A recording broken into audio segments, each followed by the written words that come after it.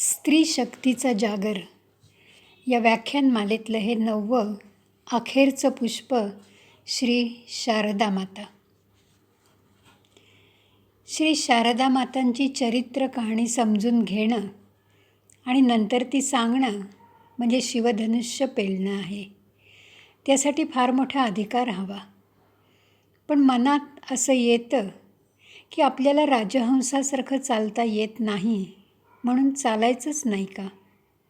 कोकिळेसारखा गोड गळा नाही म्हणून गायचंच नाही का? मला वाटतं आपण आनंदासाठी आपल्या सुरात गायला हवं. फक्त गाताना त्यात भाव हवा हे नक्की. भाव असला की आपली सेवा भगवंतापर्यंत जाऊन पोचते. श्री शारदा मातांची चरित्र कहाणी सांगताना मला इमर्सन या विचारवंतांच्या विधानाची प्रकर्षाने आठवण येते. इमर्सन असं म्हणतात, जगातल्या फार मोठ्या विभूतींचं जीवनचरित्र फारच लहान असतं, कारण त्यांचं जीवन उच्च अशा आध्यात्मिक पातळीवरून व्यतीत होत असतं. सामान्यांना ते समजणं अवघड आहे, कदाचित अशक्य आहे असं म्हटलं तरी चालेल. त्यांचं चरित्र ही त्यांची अंतरयात्रा असते. तो त्यांचा अंतरंगीचा प्रवास असतो. ते स्वतःलाही सहसा त्याबद्दल काही बोलत नाहीत. येरा सांगता लाजिरवाणं, स्वतःला लपवणं हा त्यांचा स्वभावधर्म असतो. इमर्सन म्हणतात त्यात नक्कीच तथ्य आहे. तरीसुद्धा ज्या चरित्र वाचनाने आपण झपाटून जातो, ती चरित्र इतरांनी वाचावीत असंही आपल्याला वाटतं. त्या चरित्रात आपल्याला आदर्श सापडले, आनंद मिळाला हे सांगणं आपलं नक्की कर्तव्य आहे. असं म्हणतात, जे जे आपणासी ठावे ते ते सकलांसी द्यावे, शहाणे करून सोडावे सकल जन. कुणाला तरी सांगताना ते अधिकाधिक आपल्याच मनात रुजतं. आपल्याभोवती आनंदाचं आवार घातलं जातं. या भावनेने आपल्याला ते चरित्र जसं भावलं तसं तसं ते सांगावं हा संस्कार मनावर कोरला गेला, म्हणून हा प्रपंच. श्री शारदा माता संबंधी अनेकांनी गौरवोद्गार काढलेत.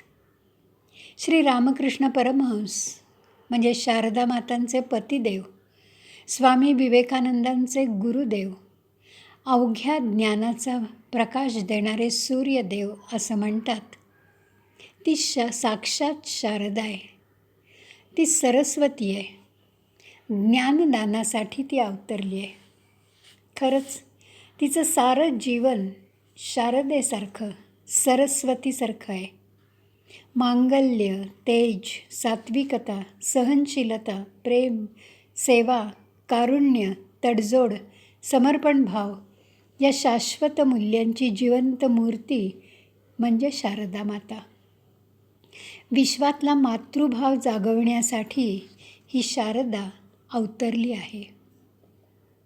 दैवी वाणी लाभलेले स्वामी विवेकानंद माताजींबद्दल बोलताना असं म्हणतात, या अवतारी विभूतीबद्दल बोलताना माझी वाणी कुंठित होते. शब्द मौनात जातात.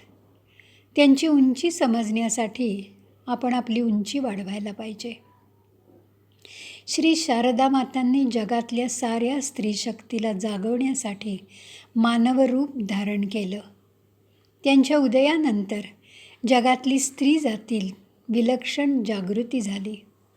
स्त्रीने आपल्या जीवनाची सर्वांग सुंदर जडणघडण करावी हा संदेश माताजींकडनं घेऊन अनेक स्त्रिया सर्व क्षेत्रात चमकायला लागल्या, अधिकारी झाल्या. माताजींमुळे चैतन्याची लाट सर्वदूर पसरली. सारी भगवंताची इच्छा. माताजी म्हणजे या युगातला स्त्री जातीचा परम आदर्श. आपल्या वैभवशाली भारतीय संस्कृतीत पातिव्रत्याचं स्थान कळसाचं आहे. भगवंताची जी निजाची स्थानं आहेत त्यातलं पहिलं स्थान पतिव्रतेचं आहे. गृहस्थाश्रमात राहून पातिव्रत्य आणि तपश्चर्येच्या बळावर भारतीय स्त्री किती उंची गाठू शकते याचा वस्तुपाठ म्हणजे श्री शारदा माता. स्त्री शक्तीचं, मातृत्व भावाचं शिक्षण, संस्कार आजच्या पिढीवर होण्यासाठी श्री शारदा मातांचं जीवन अंतर्बाह्य समजून घ्यायला पाहिजे. ते अंतरंगी रुजायला पाहिजे. त्यानुसार प्रत्यक्ष कृती करायला पाहिजे. त्यांच्याकडून प्रेरणा घेऊन या जगी भूलोकीचं रूपांतर स्वर्गलोकात नक्की होईल. संत मुक्ताबाई, जनाबाई, कान्होपात्रा, बहिणाबाई, वेणाबाई या संत स्त्रियांपेक्षा श्री शारदा मातांचं चरित्र अगदी निराळं आहे. मुक्ताबाई, जनाबाई या ब्रह्मचारिणी होत्या. कान्होपात्रा ही गणिका कन्या, वेणाबाई बालविधवा समर्थ कन्या. बहिणाबाईंचा पतीकडून खूप छळ झाला. या पार्श्वभूमीवर श्री रामकृष्ण परमहंस, श्री शारदा माता एकमेकांसाठी जन्माला आले. जगाच्या उद्धारासाठी या दोघांचा जन्म आहे. या दोघांचा विवाह म्हणजे शिव आणि शक्ती यांचं मिलन. परमहंस म्हणतात, शारदा ही माझी निजशक्ती आहे. तर माताजी म्हणतात, ते माझे देव आहेत आणि मी त्यांची दासी आहे. मी काय करायचं ते माझे देव ठरवणार. देवाच्या शब्दाबाहेर मी नाही. सरस्वतीचा अवतार असलेल्या, परमहंसांची निजशक्ती असलेल्या श्री शारदा मातांना त्रिवार वंदन. आपल्या भारतीय वैदिक संस्कृतीत स्त्री ही देवता स्वरूप मानली जाते. देवी स्वरूपात तिची पूजा मानली जाते.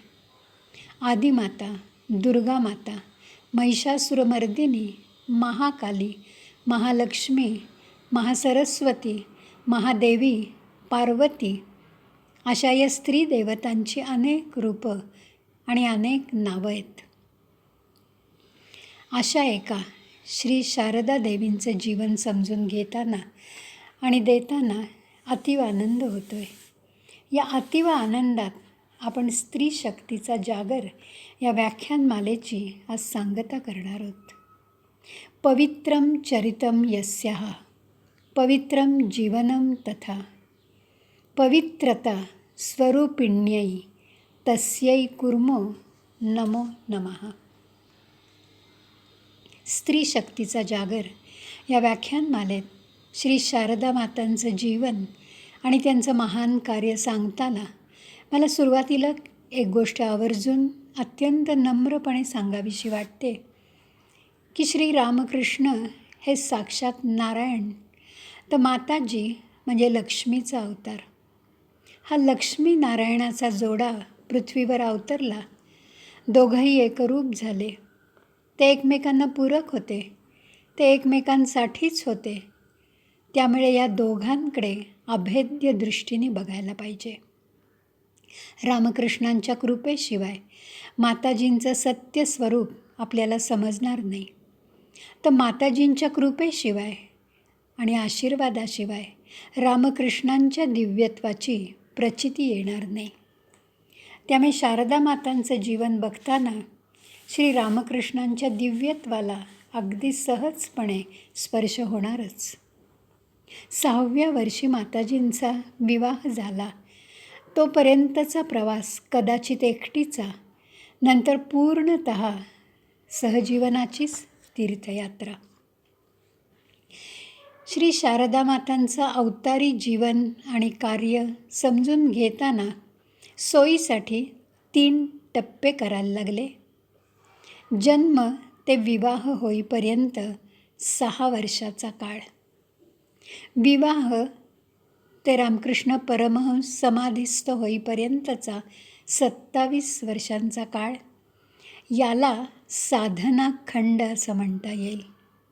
अखंड तपश्चर्येचा हा काळ, ब्रह्मचर्याश्रमाचा आदर्श. परमहंस इहलोक सोडून गेल्यापासून ते माताजींचं निर्वाण होईपर्यंतचा काळ हा 34 वर्षांचा काळ आहे.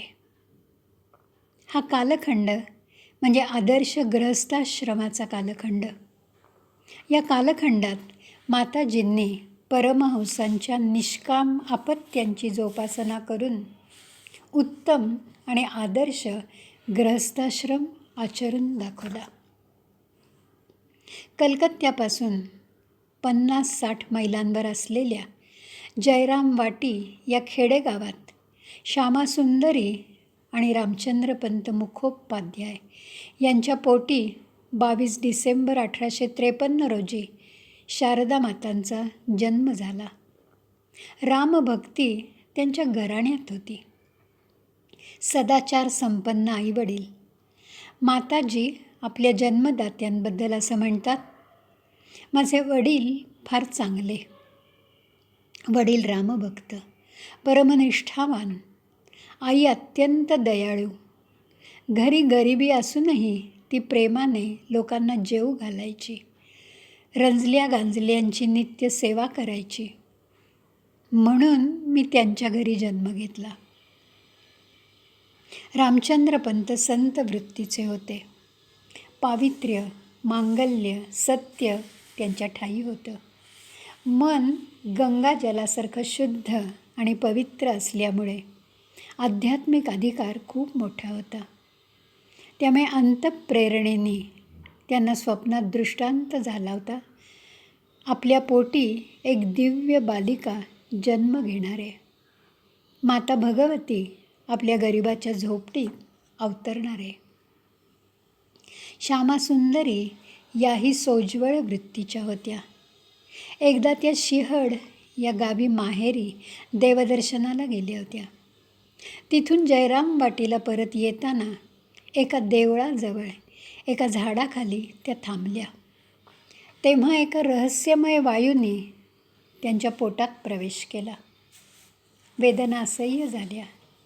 तेव्हा त्यांना असं दृश्य दिसलं की एक 5-6 वर्षाची तेजस्वी बालिका रेशमी साडी नेसून बेलाच्या झाडावरून उतरून त्यांच्याकडे धावत येते आणि त्यांच्या गळ्यात हात टाकून म्हणते, आई, मी तुझ्यासाठी घरी आले बघ.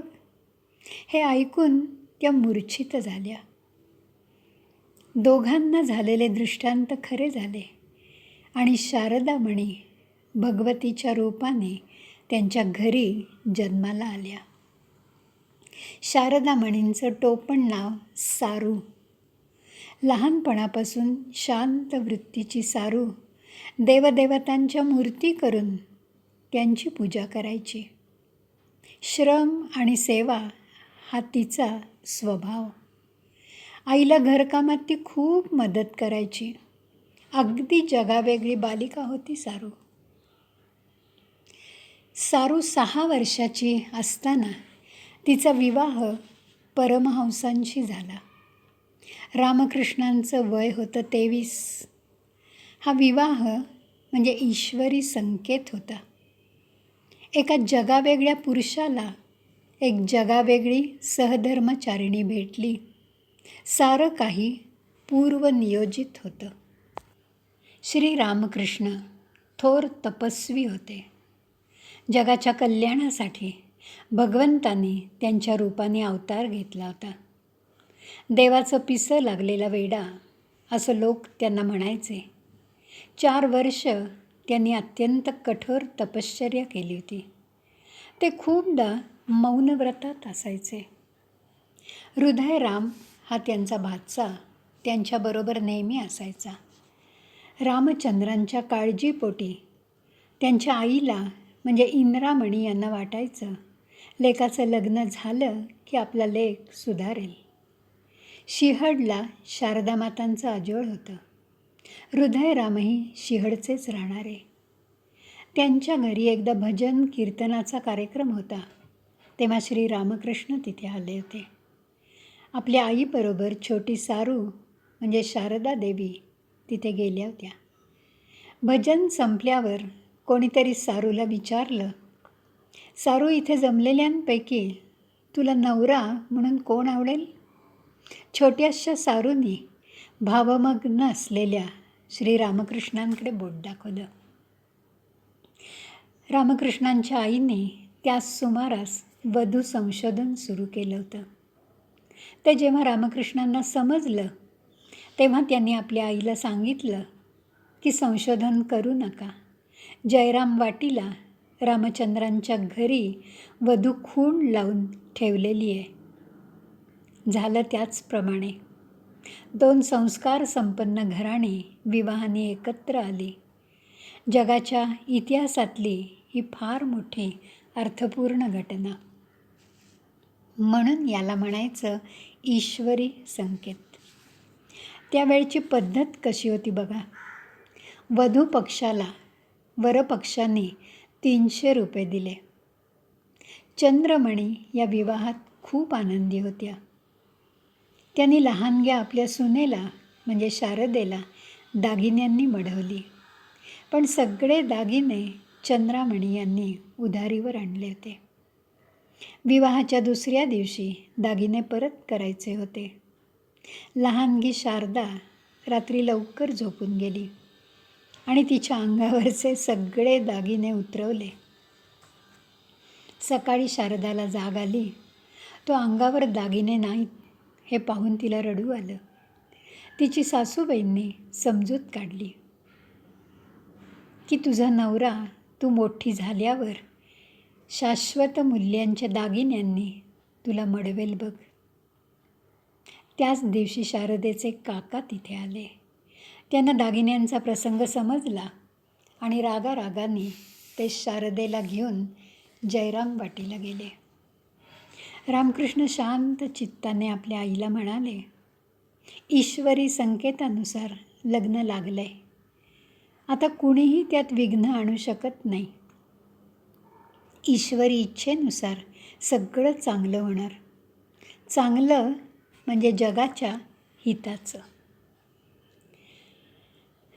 लग्नानंतर रामकृष्ण काही दिवसांनी दक्षिणेश्वरी गेले.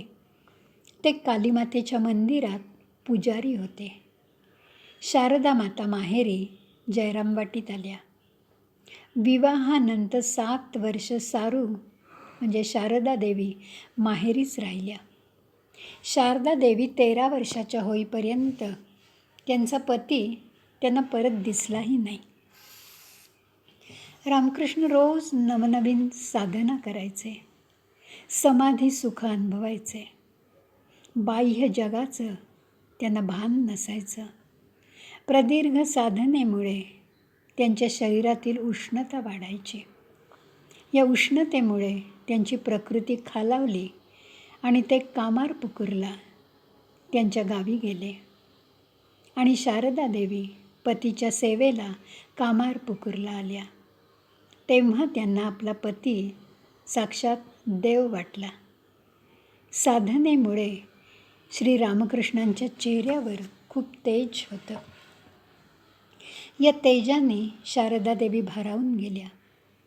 या काळात शारदा देवींच्या एक महत्त्वाची गोष्ट लक्षात आली की अवघ्या मानवजातीच्या सुखाचा ध्यास आपल्या पतिदेवांच्या मनी आहे. ईश्वर साक्षात्कारासाठीच मानवी जन्म आहे. प्रत्येकाला हा साक्षात्कार व्हायला पाहिजे. शारदा देवींची पतीवर निष्ठा होती. दृढ श्रद्धा होती. त्यांचा एकही शब्द त्या खाली पडू द्यायच्या नाहीत. शारदा माता संवेदनशील मनाच्या होत्या. अत्यंत मृदुभाषी होत्या. कुणाला कधीही त्या दुखवायच्या नाहीत. 7 महिने शारदा मातांना पतीचा सहवास मिळाला. या सहवासात त्यांना स्वतःची ओळख झाली. आपलं जीवित कार्य काय याची दिशाही त्यांना काही प्रमाणात समजली.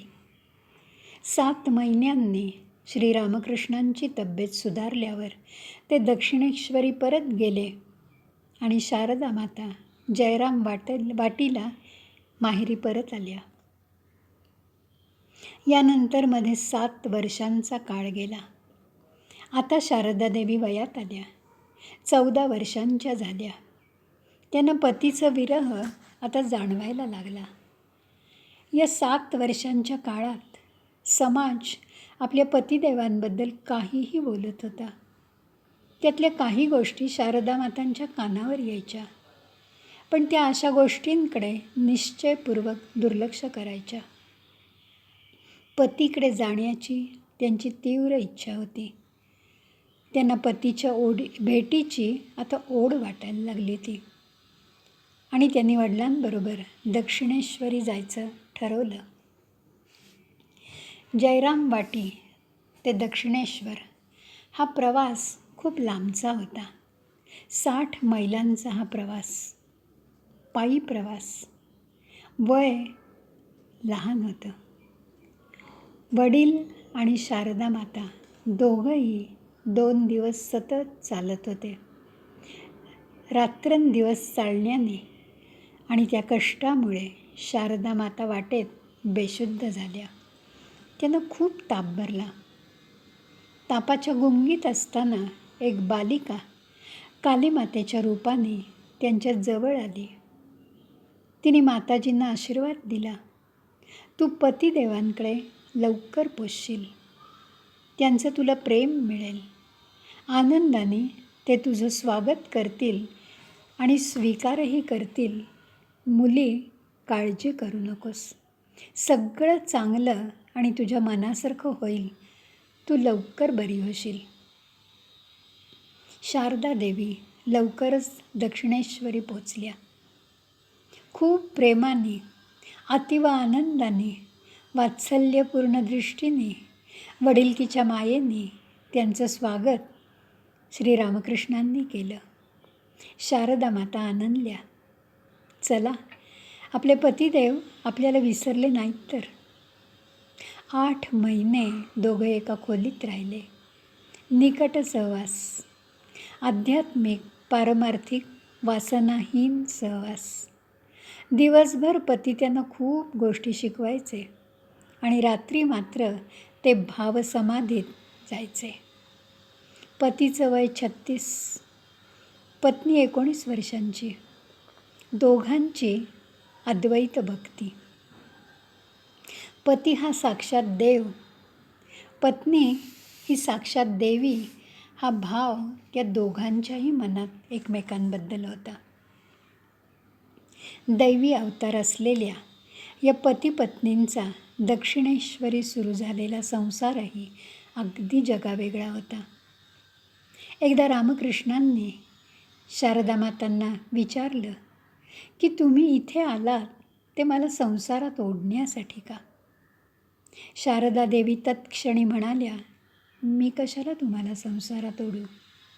तुमच्या जीवित कार्यात मदत करायला मी इथे आली आहे. एकदा पतिदेवांचे पाय चेपता चेपता शारदा देवींनी त्यांना विचारलं की तुम्ही माझ्याकडे कोणत्या दृष्टीने बघता? तत्क्षणी ते म्हणाले, त्या मंदिरातली काली माता, तिनेच या देहाला जन्म दिला. ती सध्या नौबतखान्यात राहते आणि तीच आत्ता माझे पाय चेपते. या संवादातून दोघांना एकमेकांचं अंतरंग समजलं. या संवादातून आपलाही त्यांच्याकडे बघण्याचा दृष्टिकोन बदलतो. त्यांच्याबद्दल मनातला आदर वाढतो. मनात येतं त्यांचं दैवी जीवन समजून घेणं खूप अवघड आहे. दोघंही महाशक्तीचे अवतार आहेत. दोघांच्या जीवनातील एक आगळा वेगळा प्रसंग सांगावासा वाटतोय.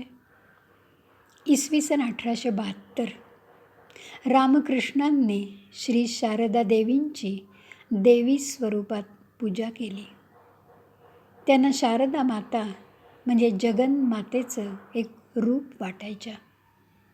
तिच्यामुळे आपल्या पारमार्थिक जीवनाची पूर्ती होणार आहे, अशा आपल्या पत्नीची षोडशी पूजा देवी त्रिपुरी सुंदरीच्या रूपात आपल्याला करायला पाहिजे. ही पूजा चालू असताना शारदा देवी समाधीमग्न व्हायला लागल्या. रामकृष्णांनी देवीला आवाहन केलं, हे जगन्माते, ते अखंड कुमारी, तू माझ्यासाठी पूर्णत्वाचं दार खुलं कर. तुझ्या या आसनावर आरूढ झालेल्या या स्त्रीचं तन मन अंतर्बाह्य पुनीत करून तू तिच्या ठायी अवतार घे.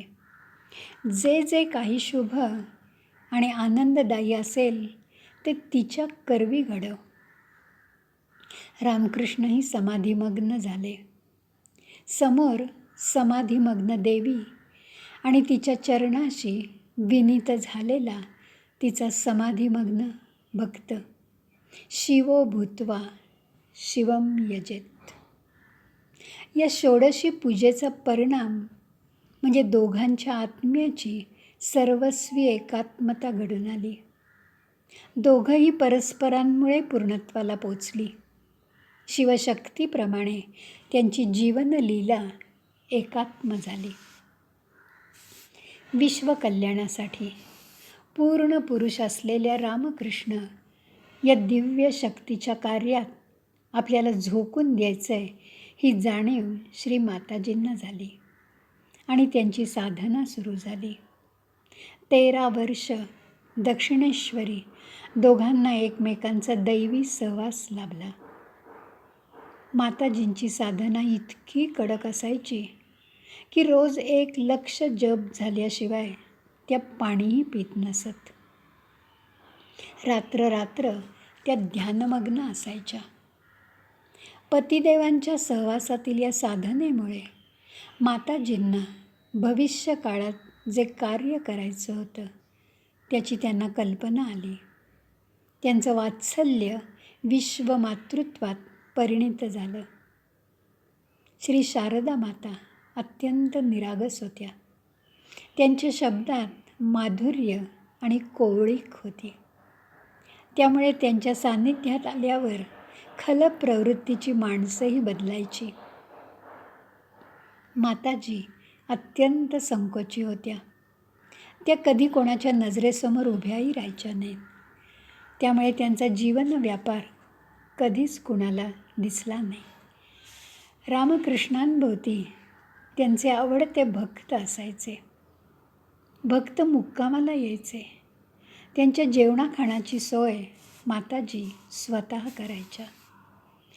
असं म्हणतात की आपल्या भक्तांची सगळी पापं अंगावर घेण्यासाठीच श्री माताजी आणि श्री रामकृष्णांचा अवतार होता. इसवी सन 1872ला माताजी दक्षिणेश्वरी आल्या आणि इसवी सन 1886मध्ये श्रीरामकृष्णांनी महासमाधी घेतली. 15 वर्षांचा हा साधना काळ. माताजींची बाह्य साधना म्हणजे मातृभावनेने केलेली रामकृष्णांची सेवा. माताजी म्हणजे सेवेची मूर्ती. माताजींनी स्वतःचं खरं स्वरूप कायम झाकून ठेवलं. त्या नेहमी स्वतःला लपवायच्या. श्री रामकृष्ण आणि स्वामी विवेकानंदांना त्यांच्या शक्तीची पूर्ण जाणीव होती. श्री रामकृष्णांनी माताजींचं मोठेपण आणि तेज सांगितलं नसतं तर माताजी कोण आहेत हे जगाला समजलंच नसतं. रामकृष्णांना अखेरच्या काळात गळ्याचा कॅन्सर झाला.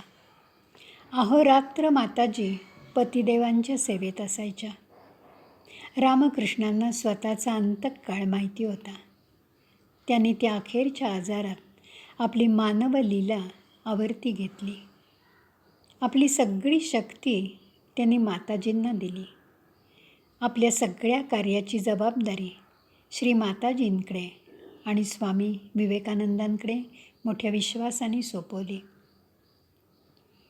माताजींमधली गुरुशक्ती रामकृष्णांनी जागी केली. आपला सगळा भक्तपरिवार त्यांच्या ओटीत घातला. मातृभावाच्या विकासासाठी मला माझ्या देवाच्या पश्चात ठेवलं आहे ही माताजींची श्रद्धा होती. नाहीतर श्री रामकृष्ण गेल्यावर माताजींचीही देह ठेवण्याची इच्छा होती. माझ्या पश्चात खूप कामं उरली आहेत. ती सगळी तुम्हाला पार पाडायची आहेत. त्यासाठी तुम्हाला मी बरोबर नेलं नाही, माझ्या मागे ठेवलं तेच आता तुमचं जीवित कार्य आहे. मी आहेच तुमच्याबरोबर, असं श्री रामकृष्णांनी माताजींना सांगितलं. रामकृष्णांनी समाधी घेतली आणि माताजींनी कालीमातेला विचारलं, मला का मागे ठेवलं आहे? आणि उत्तर मिळालं, कार्यपूर्तीसाठी. रामकृष्णांच्या महासमाधीनंतर अग्निसंस्कार झाल्यावर माताजींनी विधवेचा वेश धारण केला. हातातली सोन्याची कंकणं त्या उतरवणार तो समोर रामकृष्ण प्रकट झाले आणि हातातली कंकणं हातातच राहून गेली. चिन्मय स्वरूपात प्रकट झालेले श्री रामकृष्ण म्हणाले, तुम्ही ही सौभाग्य कंकणं का उतरवताय? मी मेलो की काय? या चिन्मय रूपाच्या दर्शनाने माताजी शांत झाल्या. रामकृष्णांनी माताजींच्या शरीरात प्रवेश केला आणि माताजींना भविष्यकालीन कार्याची पूर्ण दिशा दिसली. त्याच क्षणी असंख्य भक्तांची आई आई अशी हाक माताजींना ऐकू आली आणि आपलं उर्वरित सगळं आयुष्य या आपल्या भक्तांसाठी, आपल्या लेकरांसाठी आहे याची साक्ष त्यांना पटली. माताजींना पतिदेवांचा विरह सहन करणं खरं तर अवघड होतं, पण पतिदेव त्यांना चिन्मय स्वरूपात पुन्हा पुन्हा दर्शन देत होते, त्यांच्या कार्याची आठवण करून देत होते. आता माऊलींच्या साधनेला सुरुवात झाली आणि त्यांच्या विरहाचा भाव हळूहळू कमी व्हायला लागला. रामकृष्णांच्या आदेशानुसार त्या आता भक्तांना मंत्र दीक्षा द्यायला लागल्या. माताजींनी दक्षिणेश्वर सोडलं आणि त्या कामारपुकूरला राहिल्या. कामारपुकूर इथला मुक्काम खूप त्रासदायक होता. कुणाचीही सोबत नव्हती. पैशाचा अभाव तर नित्याचाच होता. तरीही माताजी आंतरिक आनंदाने समाधानी होत्या. श्री रामकृष्णांच्या आदेशानुसार त्या सात्विक जीवन जगत होत्या. आपण स्वतः भाजीपाला लावावा आणि रोज भात आणि भाजीपालाच खावा. नित्य हरिनाम घ्यावं ही माताजींची साधना होती. कधीकधी भाताबरोबर लावायला मीठही नसायचं, पण कधी त्यांनी तक्रार नाही केली. पैशासाठी कोणापुढे हात पसरायचे नाहीत हे श्री रामकृष्णांचे विचार त्या कधीही विसरल्या नाहीत. लोकांपुढे तुमचा हात नित्य देण्यासाठी असेल, घेण्यासाठी नाही. तुम्ही जर कुणापुढे पैशासाठी हात पसरलात तर तुम्ही आपलं शीर विकलत असं समजा. हे पतिदेवांचं सांगणं त्या आयुष्यभर विसरल्या नाहीत. हे माताजींचं खरं पातिव्रत्य आहे. रामकृष्ण परमहंस चिन्मय असल्यामुळे माताजींचं वैधव्य ही गोष्ट अशक्य कोटीतली होती. त्यामुळे माताजींनी आभूषणं काढली असती तर सगळं जग श्रीहीन होईल हा विचार माताजींच्या कानावर सतत पडायचा. आपले पतिदेव हे रघुवीराचं रूप आहे याचं दर्शन माताजींना घडलं. माताजी आपल्या प्रेमळ भक्तांच्या आग्रहाखातर कलकत्त्याला बेलूर मठात राहायला लागल्या. इथे माताजी बहुतेक वेळा ध्यानमग्नच असायच्या. माताजींनी या काळात स्वामी विवेकानंद, योगानंद, शारदानंद, प्रेमानंद या आपल्या भक्तांबरोबर जगन्नाथपुरीसारख्या कितीतरी तीर्थयात्रा केल्या. या प्रवासात माताजींना मोठमोठे मठ आणि आश्रम दिसायचे. ज्या ठिकाणी राहण्याची, खाण्यापिण्याची, साधना करण्याची उत्तम व्यवस्था होती, हे सारं बघून माताजींच्या मनात विचार यायचा, आपली ही सगळी लेकरं, भक्त मंडळी आपलं घरदार सोडून आपल्या गुरुच्या कार्यासाठी इथे आली आहेत. त्यांच्यासाठी जर एखादा आश्रम किंवा मठ असता तर पेक्षा तो पाहिजे. ते सतत श्री रामकृष्णांना विनंती करायच्या, माझ्या मुलांना राहायला जागा नाही, त्यांची खाण्यापिण्याची नीट व्यवस्था नाही. ते दारोदार भटकतात. त्यांची राहण्याची व्यवस्था झाली की आपलं कार्य नीट पुढे नेता येईल. त्यांच्या गैरसोयी आई या नात्याने मला बघवत नाहीत. जागा मिळाली की त्यांची साधना, तपश्चर्या आणि कार्य नीट होईल. मन स्वस्थ आणि शांत राहील. माझी दुसरी काहीही अपेक्षा नाही. एरवी मी अगदी सुखात आहे.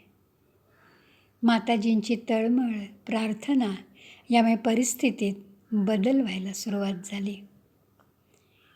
श्री रामकृष्ण संघाची स्थापना व्हावी, संघाचा प्रसार व्हावा याची आत्यंतिक तळमळ माताजींना होती. श्री रामकृष्णांचे उर्वरित कार्य पूर्ण करण्यासाठी माताजी त्यांच्या लेकरांचा संघ स्थापन करण्याचं स्वप्न बघत होत्या. माझी लेकरं शांत स्वस्थ असली की ती अनेक प्रापंचिक लोकांना आनंदाचा, शांततेचा मार्ग दाखवतील. माझ्या लेकरांचं दुःख, दैन्य बघताना प्राण कासावीस होतात. ही माताजींची प्रार्थना होती. माताजींनी स्वतःसाठी कधीही काहीही मागितलं नाही, पण लेकरांसाठी त्यांची सतत आवश्यक अशी मागणी असे. त्यांना स्वतःसाठी आसक्ती नव्हती. श्री रामकृष्णांच्या महासमाधीनंतर योग मायेच्या आश्रयाने त्या राहत होत्या. भक्तांसाठी, लेकरांसाठी मात्र त्यांच्या मनात लेकरांच्या व्यवस्थेची आसक्ती होती. ती आसक्ती हेच माताजींच्या जगण्याचं एकमेव प्रयोजन होतं. एरवी त्या टोकाच्या विरक्त होत्या. विरक्ती ही माताजींची फार मोठी शक्ती होती. माताजींच्या भोवती नित्य भक्तांचा गराडा असायचा. सगळ्यांचे प्रश्न त्या अत्यंत मायेने सोडवायच्या. त्यांच्यावर मायेची शाल घालायच्या. माताजी असंख्यांची आई होऊन शेवटच्या श्वासापर्यंत जगल्या. त्यांच्या जगण्याला त्यांचे भक्त हे एकच आलंबन होतं. रामकृष्ण नेहमी म्हणायचे, मातृत्व हा प्रत्येक स्त्रीचा फार मोठा अलंकार आहे. ते माताजींना असं सांगायचे की माताजी, मी तुम्हाला अशी मुलं देईन की कठोर तपश्चर्या करूनही कुणाला कधीही अशी मुलं मिळणार नाहीत. तुम्हाला ही मुलं मायेनी नित्य आई आई आई अशा हाका मारून बंडावून सोडतील. इतक्यांचं आईपण होण्याचं भाग्य तुम्हाला मिळणार आहे आणि त्यासाठीच तुमचा जन्म आहे. तेच तुमचं जीवित कार्य आहे. रामकृष्णांचे हे शब्द शब्दशः खरे ठरले. आपल्या या गुणी लेकरांची काळजी घेण्यासाठीच आपल्याला जगायला हवं असं त्या सतत मनाला बजावायच्या आणि तसं वागायच्या. माताजींची साधना, तपश्चर्या खूप वाढत होती. ही साधना कशासाठी होती? तर जगाच्या आणि सगळ्यांच्या कल्याणासाठी. प्रत्येक जीव सुखी व्हावा यासाठी त्या साधना करायच्या. जगाच्या कल्याणा, संतांच्या विभूती हे वचन माताजींना पूर्णपणे लागू पडतं. 20 फेब्रुवारी 1897 दिगंत कीर्ती मिळवून स्वामी विवेकानंद कलकत्त्याला परत आले. 3 फेब्रुवारी 1898 या दिवशी बेलूर इथे मठाची इमारत बांधण्याचं ठरलं आणि माताजींना स्वर्गीय आनंद झाला.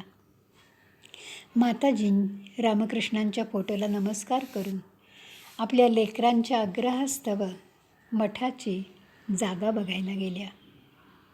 माताजींचा ऊर भरून आला.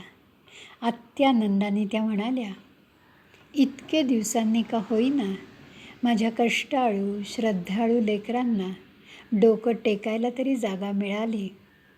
सारी श्री रामकृष्णांची कृपा. 9 डिसेंबर 1898 मठात श्री रामकृष्णांची पूजा करून गृहप्रवेश झाला. 1901 स्वामीजींनी बेलूर मठात दुर्गापूजेचा उत्सव मोठ्या थाटामाटात साजरा केला. या उत्सवाला माताजी म्हणजे जिवंत दुर्गा यांना स्वामी घेऊन आले. माताजींचा जीव त्यांच्या लेकरांच्या कल्याणात गुंतला होता. तेवढीच जगण्यातली आसक्ती शिल्लक होती, म्हणून त्यांचा देहभाव शिल्लक होता. आसक्ती होती म्हणून त्या जगत होत्या. ते त्यांच्या जगण्याचं आलंबन होतं. अर्थातच ही रामकृष्णांचीच लीला. रामकृष्णांच्या इच्छेनुसार आणि आज्ञेनुसार त्यांच्या दृढ श्रद्धेमुळे माताजींनी स्वीकारलेली सगळी बंधनं आता माताजी स्वतः दूर करायला लागल्या. रामकृष्णांनी असंख्य जीवांच्या उद्धाराचं व्यापक कार्य आपल्या पश्चात माताजींवर सोपवलं होतं. कारण माताजींच्या जीवनात मातृत्वाचं आणि देवीत्वाचं अपूर्व संमिश्रण होतं. देवी तत्व म्हणजे मातृतत्व, संकटकाळी दुष्ट प्रवृत्तींचा नाश करणारी शक्ती म्हणजे देवी. या शक्तीची कितीतरी नावं आहेत. आदिमाया, आदिशक्ती, दुर्गा, सरस्वती, महालक्ष्मी, रणरागिणी, अंबा, काली, चंडी, महाकाली. माताजी म्हणजे साक्षात जिवंत दुर्गा होत्या. रामकृष्णांना माताजींची पूर्ण ओळख होती. त्यांची शक्ती रामकृष्णांनी ओळखली होती. त्यामुळे फार मोठ्या कार्याची धुरा रामकृष्णांनी या दुर्गा देवीकडे सुपूर्त केली होती. श्री रामकृष्ण आणि श्री शारदा माता यांच्या प्रकृतीत खूप भेद होता. रामकृष्ण म्हणजे दीपस्तंभ. त्यांनी फारसं कधी कुणाला आपल्याजवळ येऊन दिलं नाही. अवघं आयुष्य कालीमातेच्या मंदिरात देवीच्या सान्निध्यात घालवलं. माताजी मात्र नित्य प्रेमाच्या गोकुळात रमायच्या. त्यांना सगळ्यांची सेवा करायला आवडायची. रामकृष्ण म्हणजे एक आदर्श संन्यासी होते, तर माताजी संन्यास आणि गृहस्थाश्रम यांचा पवित्र संगम होता. लेकरांवर माया करून त्यांच्यासाठी कष्ट करणं, त्यांची अहोरात्र काळजी घेणं हा त्यांचा गृहस्थाश्रम होता. श्री रामकृष्णांनी देह ठेवल्यानंतर माताजींना या जगात कशाचीही गोडी वाटत नव्हती. पण आपलं अवतार कार्य पूर्ण करण्याच्या निमित्ताने माताजींना आणखीन काही दिवस या देहात ठेवण्याचा प्रयत्न रामकृष्णांचा होता. त्यासाठी त्यांना मायामय आधाराची गरज होती. श्री रामकृष्णांनी त्याची सोय करून ठेवली होती. माताजींना श्री रामकृष्णांकडे जायची सतत ओढ वाटायची, पण रामकृष्णांनी माताजींना मायेत अडकून ठेवलं होतं. एक दिवस अचानक एक लहान मुलगी लाल साडी नेसून माताजींसमोर येऊन उभी राहिली. श्री रामकृष्ण माताजींना म्हणत होते, आता तुम्ही हिचा आश्रय घेऊन राहा. आता तुमच्याकडे कितीतरी मुलं सारखी येतील. असं म्हणून रामकृष्ण अंतर्धान पावले. पुन्हा ती मुलगी माताजींना खूप दिवस दिसलीही नाही. याच सुमारास माताजींची धाकटी भावजय सूरबाला अगदी वेडी झाली होती. सूरबाला एकदा बाहेर पडत होती आणि तिच्या मागून तिचा राघू रडत रडत रांगत रांगत धावत होता. हे पाहून माताजींचं हृदय भरून आलं. त्या धावत राघूच्या मागे गेल्या आणि राघूला उचलून त्यांनी कडेवर घेतला. अंतरंगातला प्रेमभाव, मातृभाव जागा झाला. त्याच क्षणी श्री परमहंस समोर उभे राहिले आणि म्हणाले, हीच ती मुलगी, हिच्या आश्रयाने आता तुम्ही राहा. ही योग माया आहे. तेव्हापासून देहाचा त्याग करेपर्यंत माताजी या योग मायेच्या आश्रयाने राहिल्या.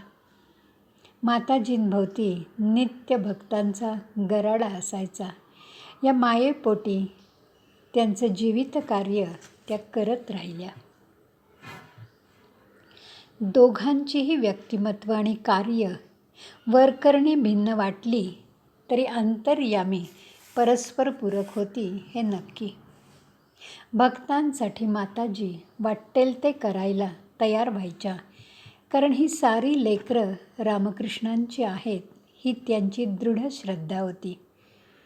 रामकृष्णांचा संसार त्यांच्या पश्चात माताजींनी समर्थपणे सांभाळला, वाढवलाही. रामकृष्णांचं स्वरूप फक्त दैवी होतं, तर माताजींची मानवी आणि दैवी ही 2 रूपं होती. ठाकूरांनी निवडक गुणी मुलांना आपलं म्हटलं, तर माताजींनी जो जवळ येईल त्याला आपलं म्हटलं, कधीही भेदभाव केला नाही. माताजींनी दास्य भावाने रामकृष्णांची सेवा केली. कुठलंही काम करण्यात त्यांना कमीपणा वाटला नाही. सगळी कामं त्यांच्यासाठी देवकार्य होती, कारण ती त्यांच्या पतिदेवांची होती. माताजींनी असंख्यांचा उद्धार केला, असंख्यांची दुःख हलकी केली, असंख्यांचे प्रश्न सोडवले, असंख्यांची पापं स्वतःच्या अंगावर घेतली, कारण प्रत्येक येणारा माणूस म्हणजे माताजींची देवदुर्लभ संपत्ती होती. विश्वजननी हे शारदा मातांचं खरं स्वरूप आहे. माताजींना अतिकष्टामुळे संधिवाताचं दुखणं जडलं. माताजींच्या दर्शनाला आलेला प्रत्येक जण त्यांच्या चरणांना स्पर्श करून पावन व्हायचा. त्यात कितीतरी पापी दुष्ट प्रवृत्तींची माणसं असायची. त्यांच्या पापांच्या स्पर्शामुळे माताजींच्या पायाची आग व्हायची. असंख्य भक्तांची दुखणी, संकट, पाप स्वतःच्या अंगावर घेऊन त्यांचा उद्धार करायचा हे माताजींचं जीवित कार्य होतं. ज्या आपल्या जीवित कार्यात त्यांनी कधीही कसूर केली नाही. माताजी कित्येकांना मंत्र दीक्षा द्यायच्या, जप करीन अशी त्यांच्याकडनं कबुली घ्यायच्या आणि ते जप करत नाहीत म्हणून रात्र त्याच जप करायच्या. कारण ते त्यांचं लेकरू होतं आणि त्याचा उद्धार करणं हे त्या मातेचं कर्तव्य, आनंद आणि सेवा होती. स्वतःच्या प्रकृतीकडे दुर्लक्ष करून माताजी आपल्या लेकरांसाठी कितीही आणि कुठल्याही प्रकारचे कष्ट आनंदाने सोसायला तयार असायच्या. माताजींचं दर्शन घ्यायला आणि त्यांची कृपा मिळवण्यासाठी भारताच्या सगळ्या प्रांतातली लोक नेहमी यायचे. माताजी कोणालाही रिक्त हस्ताने पाठवायच्या नाहीत. माताजींच्या जीवनाचा सगळ्यात महत्त्वाचा भाग म्हणजे त्यांनी आयुष्यभर केलेली अनेकांची सेवा. माताजी म्हणजे कारुण्याची मूर्ती. त्यांना कुणाचंही दुःख कधी सहनच झालं नाही. जगाला मातृभावाचा प्रत्यय देण्यासाठी माताजींचा अवतार होता. त्या आधी सगळ्यांच्या आई होत्या आणि नंतर गुरु होत्या. माताजी म्हणजे जगदंबा. माताजी म्हणजे अपार स्नेह. अतिकष्टामुळे माताजींच्या प्रकृतीच्या तक्रारी आता वाढत चालल्या. त्यांना आता रामकृष्णांच्या भेटीची जास्तच ओढ वाटायला लागली. ते आपल्याला बोलावत आहेत असं सतत त्यांना वाटायचं. विरह आता त्यांना त्रासदायक वाटायला लागला. माताजींचा अखेरचा संदेश प्रत्येकाने लक्षात ठेवून तो कृतीत आणण्यासारखा आहे. त्या असं म्हणत, तुम्हाला जर शांती हवी असेल तर कोणाचेही दोष पाहू नका. दोष पाहायचेच असतील तर स्वतःचे दोष पहा. साऱ्या जगाला आपलंसं करायला शिका. या जगात कोणीच परकं नाही. सगळं जग आपलंच आहे. माताजींचं शरीर दिवसेंदिवस खूप दुबळं होत चाललं होतं. आयुष्यभर त्यांनी स्वतःकडे कधी लक्ष दिलं नाही. कष्ट, सेवा, प्रेम हा त्यांचा स्थायी भाव होता. वारंवार येणाऱ्या तापामुळे शरीर खूप क्षीण होऊन गेलं होतं. त्यांचे भक्त त्यांची खूप काळजी घेत होते. त्यांना सारखं वाटायचं आपले पतिदेव आपल्याला बोलावत आहेत. आपलं शरीर आता राहावं अशी त्यांची इच्छा नाही आहे. त्यामुळे आता आपल्याला देहत्याग करायला हवा. त्या सारखं म्हणायच्या की आजपर्यंत मी त्यांच्या इच्छेप्रमाणेच जगले. मग आता ते मला बोलावत आहेत तर मला जायला पाहिजे. माताजींच्यावर आता औषधांचाही परिणाम होईनासा झाला. म्हणून त्यांच्या भक्तांनी दैवी उपाय सुरू केले. पण आता कशाचाच उपयोग होत नव्हता. आजार विकोपाला गेला. शरीराचा दाह वाढला. डॉक्टरांनी आशा सोडली. माताजी आता मनाने रामकृष्णांच्यात विलीन होऊन गेल्या होत्या. त्यांनी सगळी माया टाकून दिली. देहत्यागाच्या आधी 2 दिवस माताजी समाधीत मग्न होत्या. त्यांच्या अपूर्व शांतीचा भंग करावा असं कुणाही शिष्यांना वाटत नव्हतं. अखेरीस 20 जुलै 1920 या दिवशी रात्री 1:30 वाजता शिवयोग साधून माताजी महासमाधीद्वारा परमशिवस्वरूप श्रीरामकृष्णांशी एकरूप झाल्या. श्रीरामकृष्णांशी स्थूल दृष्टीने झालेला वियोग त्यांनी संपवला. त्यावेळेला माताजी 66 वर्षांच्या होत्या. देहत्यागानंतर त्यांचं मुखमंडल अपूर्व शांतीने तेजस्वी दिसत होतं. दुसऱ्या दिवशीही ती आभा तशीच होती. माताजी जिवंत आहेत असं वाटत होतं. दुसऱ्या दिवशी म्हणजे 21 जुलैला 10:30 वाजता त्यांची अंतिम यात्रा नामस्मरणाच्या गजरात निघाली. माताजींचा देह बेलूर मठात आणला. गंगेच्या तीरावर ठेवला. गंगाजलाने देहाला आंघोळ घातली. नववस्त्र नेसवलं. पुष्पमाला अर्पण केली. आरती झाली. चंदनाची चिता रचली. माताजींच्या पावन देहाला अग्नी देण्यात आला. गंगेच्या पैल तीरावर पावसाचा वर्षाव सुरू झाला. पण त्यापूर्वी चिता शांत झाली होती. त्या पवित्र जागी गंगाभिमुखी माताजींचं मंदिर बांधण्यात आलं. आजही ते शक्तिपीठ, भाविकांचं शक्तिस्थान आहे. श्रद्धेचं, भक्तीचं ते केंद्रस्थान आहे. भगवंताच्या मातृरूपाचा अवतार म्हणजे श्री शारदा माता. माताजी श्रीरामकृष्ण या चैतन्यात विलीन झाल्या असल्या तरी मातृभावाच्या रूपाने अजर अमर आहेत. पातिव्रत्य जपणारी ही पतिव्रता पतीच्या पश्चात विश्वमाऊली झाली. आधुनिक काळातला पातिव्रत्याचा कळस म्हणजे श्री शारदा माता. श्री शारदा माता म्हणजे पातिव्रत्याचं मंदिर. माताजी ज्ञानदायिनी सरस्वती आहेत. मुक्तिदायिनी महामाया आहेत. जगाच्या कारणाला आई म्हणा या मार्मिक वचनानुसार श्री माताजींच्या रूपाने अवतीर्ण झालेलं आईपण प्रत्येक स्त्री मनाला जाणवण्यासाठी, त्यांच्यातील देवी तत्वाला जाग येण्यासाठी, लौकिकाच्या पातळीवर राहून अलौकिकाची साथ करणारं श्री शारदा मातांचं जीवन वंदनीय आहे. श्री शारदा माता यांनी स्वानुभवातून काही विचार मांडलेत. त्यालाच त्यांचा उपदेश किंवा श्री शारदा मातांची अमृतवाणी असं म्हणता येईल. दैनंदिन जीवनात आपल्यातल्या प्रत्येकाला त्याचा नक्की उपयोग होईल. त्यांचे विचार खूप आहेत. त्यातले निवडक काही विचार इथे नोंदवावेसे वाटतात. माताजी म्हणतात, ही ईश्वराची सृष्टी आहे.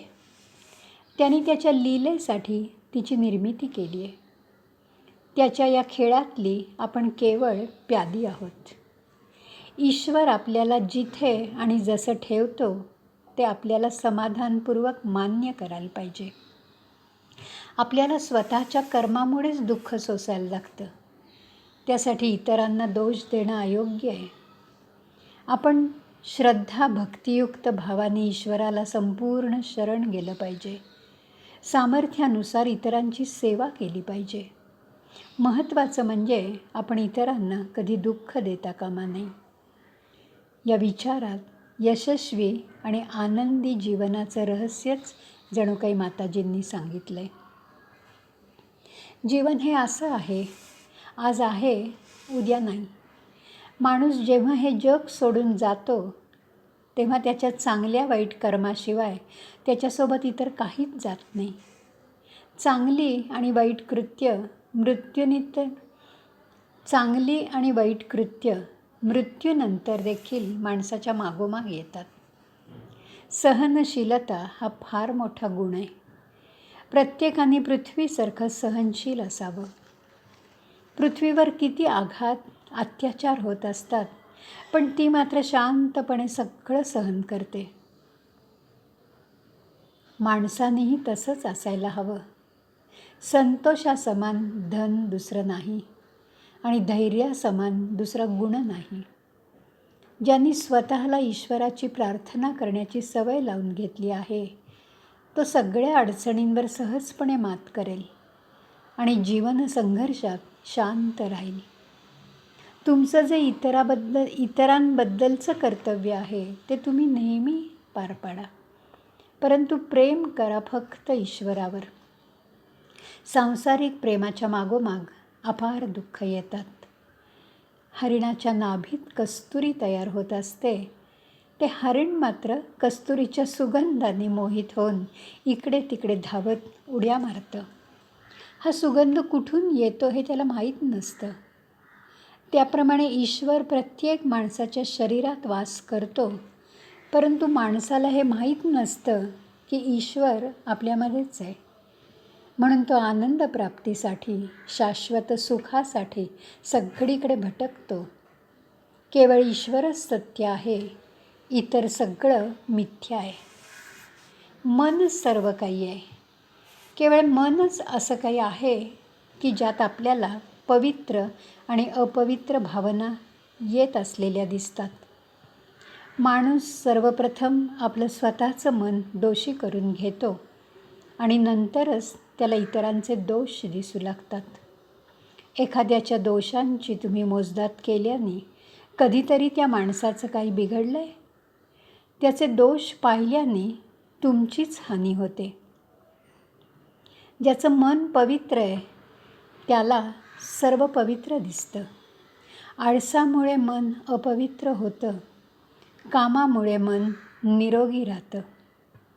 ईश्वर नामाचा जप करून तुमचं शरीर आणि मन पवित्र होतं. प्रत्येकाने काळजीपूर्वक जीवन घालवावं.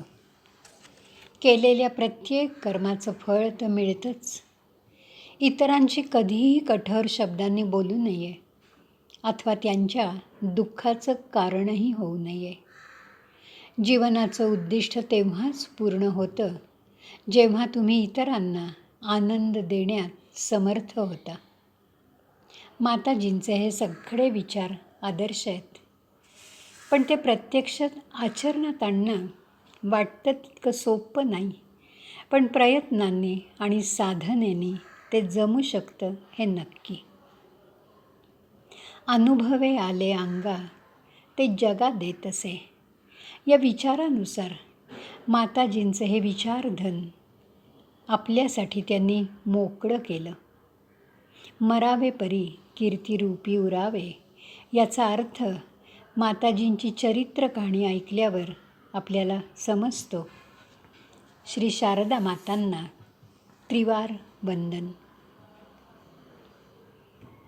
नवरात्राच्या निमित्ताने स्त्री शक्तीचा जागर या व्याख्यानमालेची सांगता करताना मनाला आनंद, समाधान, शांती मिळाली अशी माझी भावना आहे.